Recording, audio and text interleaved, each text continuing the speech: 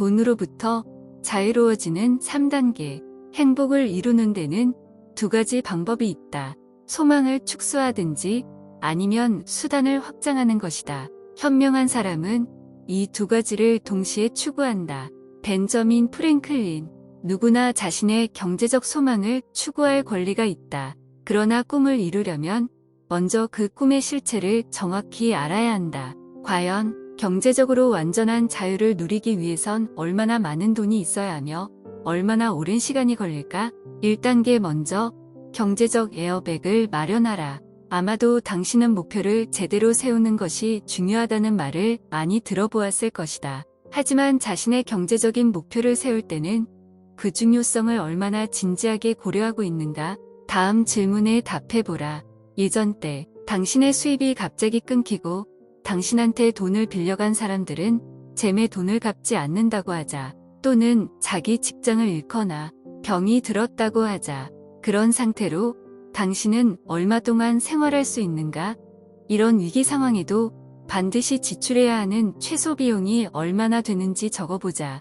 이러한 최소 비용이 몇 달 동안이나 필요한지는 사람마다 다르지만 보통 6개월에서 1년 정도의 생활비는 여유로 갖고 있어야 크게 불안해하지 않으면서 새로운 수입원을 찾을 수 있다. 그러면 이제 당신이 병에 걸려 직장을 그만두게 되었다고 하자.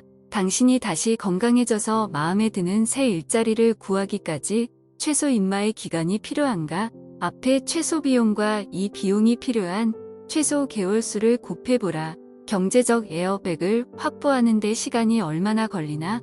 여기엔 간단한 규칙이 적용된다. 목표가 작을수록 그만큼 빨리 도달할 수 있다.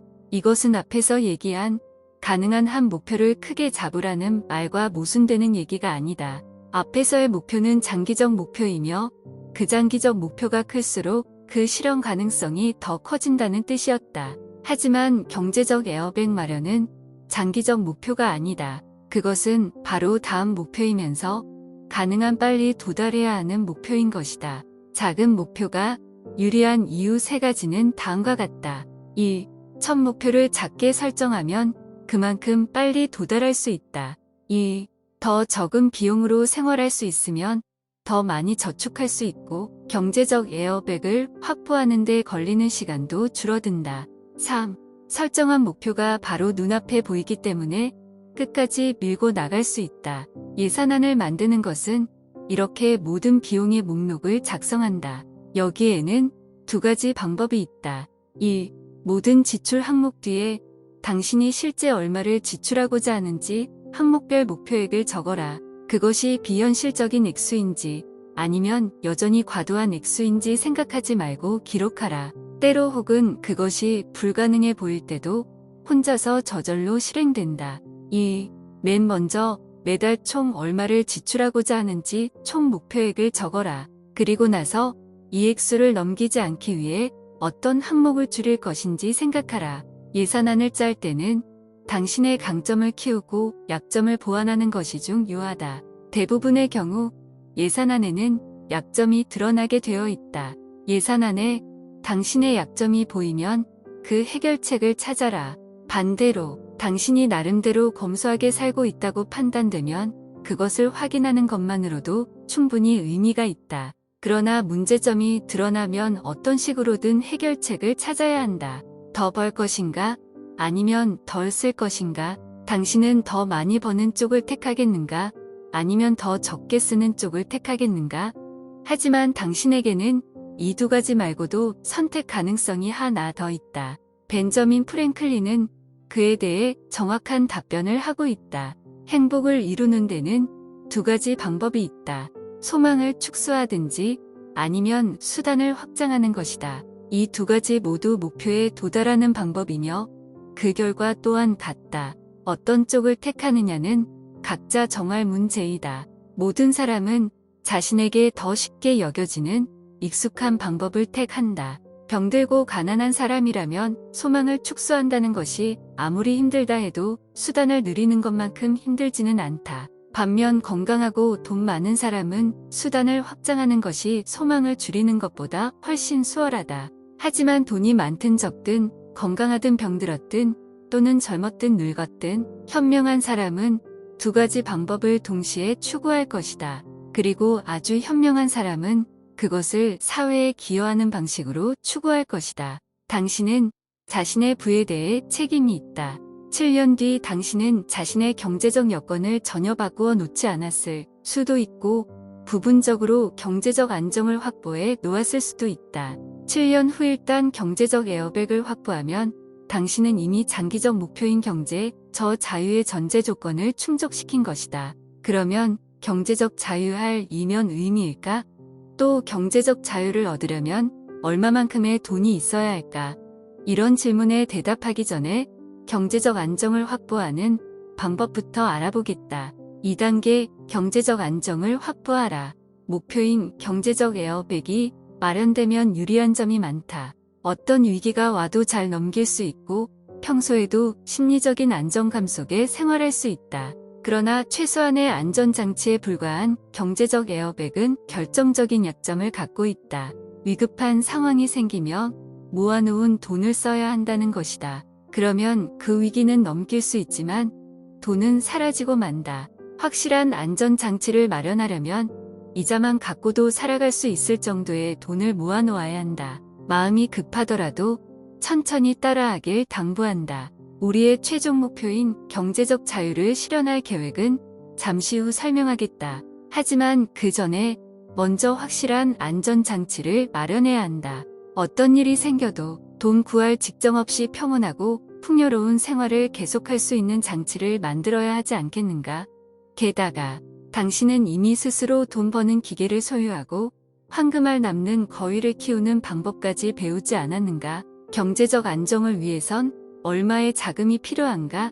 이제 일정 수준의 생활을 유지하기 위해 매달 필요한 최소 비용을 적어보았다. 혹시 당신의 거어가 낳는 황금알이 커야겠다는 생각이 들지는 않은가?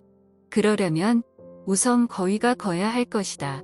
안전하다고 안전하지도 자유롭다고 자유롭지도 않다. 안전을 추구하는 사람은 무엇보다 우선 잃지 않으려는 사람이다. 손실에 대한 두려움이 이익을 남기고 싶은 욕구보다 큰 것이다. 반대로 경제적 자유를 선택하는 사람은 이기려는 사람이다. 이런 사람들의 경우는 부에 대한 열망이 손실에 대한 두려움을 훨씬 압도한다. 나의 재정 상담인은 항상 말했다. 지지 않기 위해서 게임하지 말고 이기기 위해서 게임하라.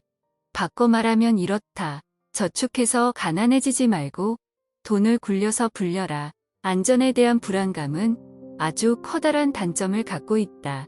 완벽한 안전을 추구하는 사람이 결국 얻는 것은 공포장이다. 안전 제일로 가는 사람들은 예외 없이 소심한 사람이다. 그들이 보는 세상은 항상 어둡고 위험하기만 하다. 시각이 지나치게 안전에만 고정된 사람은 항상 부정적인 세계관을 갖게 마련이고 끊임없이 새로운 위험을 찾아낸다. 정확히 말하면 안전하다고 해서 절대로 안전한 것이 아니다.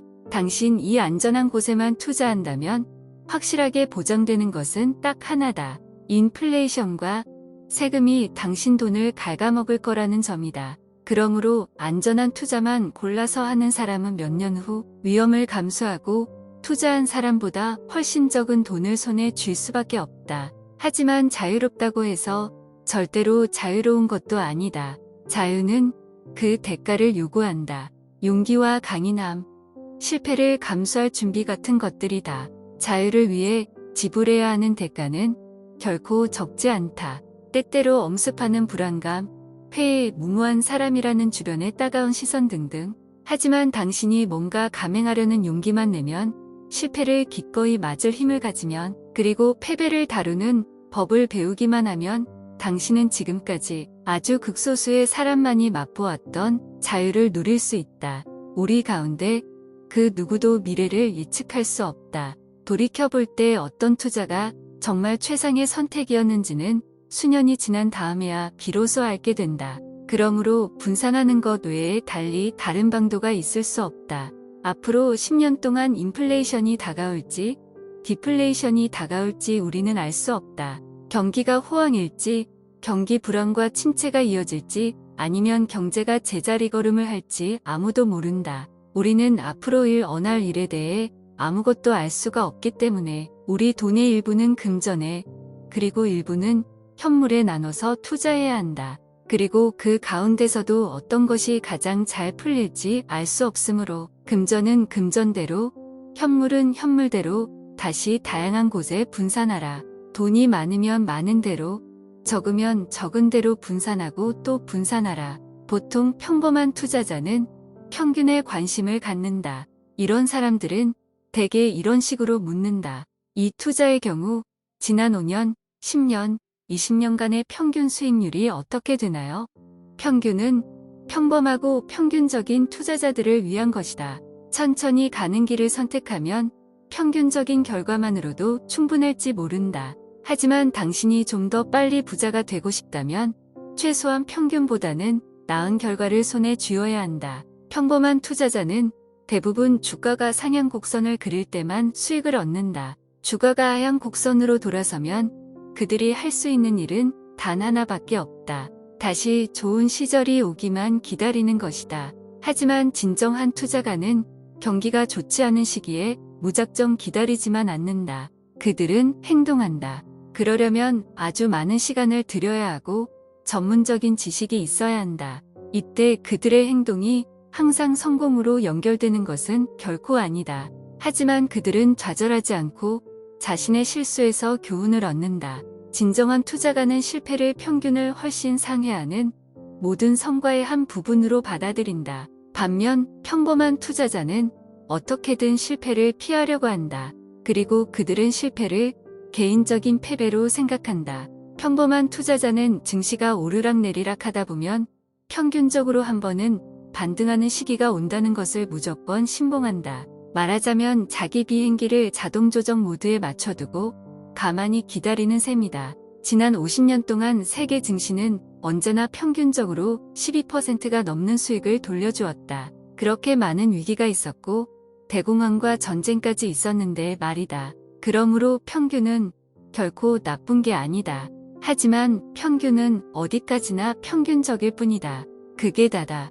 그것은 다만 선택의 문제일 뿐이다. 모든 것에는 항상 그에 상응하는 대가가 있다. 만약 당신이 평균을 택하면 당신은 경기가 나쁜 시기에 무기력하게 남의 처분만 바라보게 된다. 이때 당신이 할 수 있는 거라곤 가진 것을 파는 것뿐인데 이 경우 이득은 고사하고 손해만 보지 않으면 다행이다. 아니면 그냥 쥐고 있으면서 경기가 좋아지길 기다려야 하는데 그러면 그때까지 당신 손에 쥐어지는 수익은 아무것도 없다. 물론 평균을 택해서 누릴 수 있는 큰 혜택도 있다. 돈을 투자해 놓고 이 때문에 크게 신경 쓰거나 시간을 들일 일이 없다는 점이다. 어쨌거나 그렇게 해도 과거의 예로 볼 때 평균 12% 정도의 수익은 기대할 수 있기 때문이다. 반면 당신이 좀 더 전문적인 투자를 하고 싶다면 당신은 끊임없이 연구하고 거기에 많은 시간을 쏟아 부어야 한다.